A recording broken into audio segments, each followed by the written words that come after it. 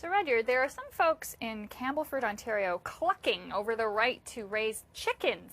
That's right, chickens in their backyard. And I understand you have an urban farming story to share with us, too. Yeah, look, Tasha, I had not only chickens, but I had pigs. I had a beautiful sow with piglets when I was growing up as a little kid. Now, mind you, this was in Caledon, Ontario, so it was outside of downtown Toronto.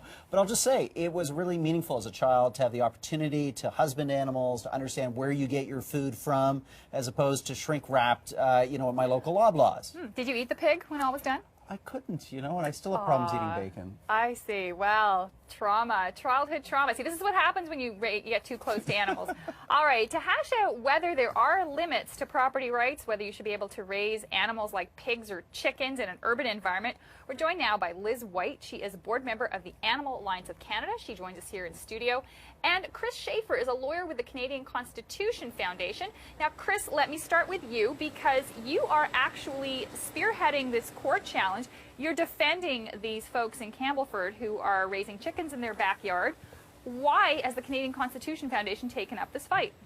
It's rather simple, Tasha. The issue here is not, and you're familiar with the Canadian Constitution Foundation, we usually engage in charter or constitutional issues.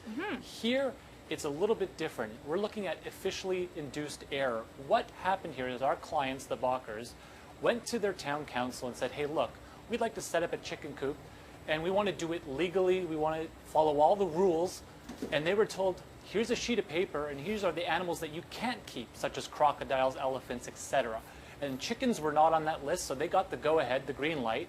They proceeded, built the chicken coop, did everything by the books, and yet they were told later by the city council, no, this isn't legit, and you have to shut down your chicken coop and get rid of your chickens. And the point the Canadian Constitution Foundation wants to make is, look, laws at all levels of government are passed every day. Each citizen can't possibly know every law, and when they rely on their own governments to tell them the law, and in this instance, the government didn't even know their own law, this is not right. It's not fair to the little person on the street that you and I, the mom and pops in Campbellford and folks in other places around Canada. Liz, as part of the problem here, also too much NIMBYism, not in my backyard, or in this case, not in my neighbor's backyard. I mean, these are chickens. They're harmless animals. And again, young people, families, you learn a lot about where your food comes from, about how to care for an animal. Why is this a bad thing?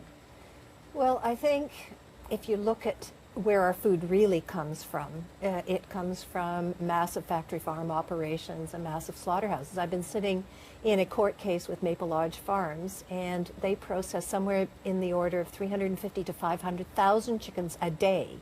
So I think if you really want to teach your family about where your food comes from, you might want to actually visit some slaughterhouses and some factory farm barns to see how animals are really raised. In the debate that we had in the city of Toronto, where people do have chickens, but it is quite illegal that they have chickens, the bylaw is quite clear that chickens are not allowed.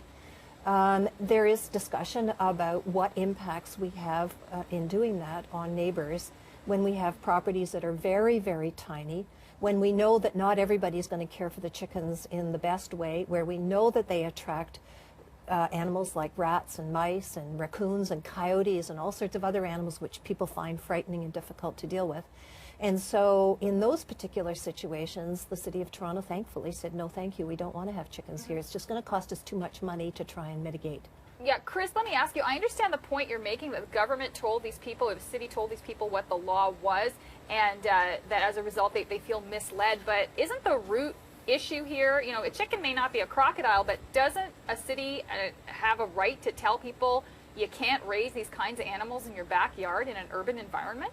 Yes, you raise a point that the city municipal bylaws and municipal politicians have the ability to do that under their governing legislation. You're right, they do.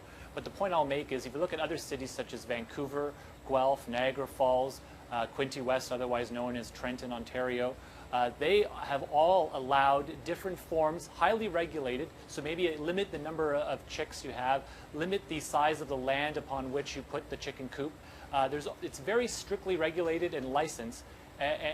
The point is that they allow, different cities in Canada and North America allow these chicken coops to exist in urban environments. That's an interesting point, Liz. I want to bring to Liz. I mean, it's just arbitrary to say, oh, guess what, you can keep a Vietnamese pot-bellied pig as a pet, but you can't keep a chicken. Or you can have a Newfoundland dog that weighs 180 pounds and is like a bear, but why are we making this distinction and being prejudicial, discriminatory towards the poor little chicken? I'm really glad you brought up the pot-bellied pig, because I sat in this very studio 15 years ago on the debate about whether everybody should be allowed to have pot-bellied pigs in urban environments. And in fact, that was an unmitigated disaster.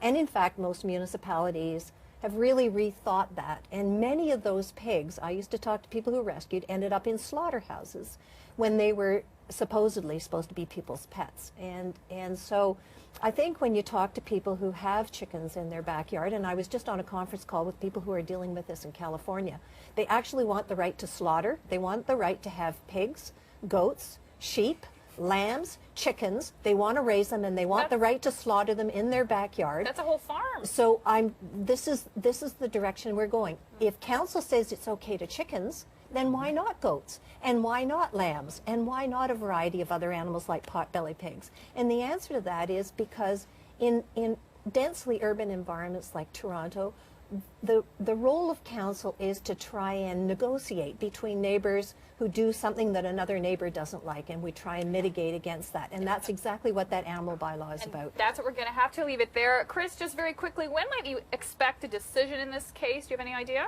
Yeah, we just found out today that our clients were summoned to court on February 23rd, so there will be probably at that point the court will set a court date, and there'll be other scheduling set for production of evidence and what have you. All right, Chris Schaefer, Liz White, thanks very much for sharing your views on this issue today.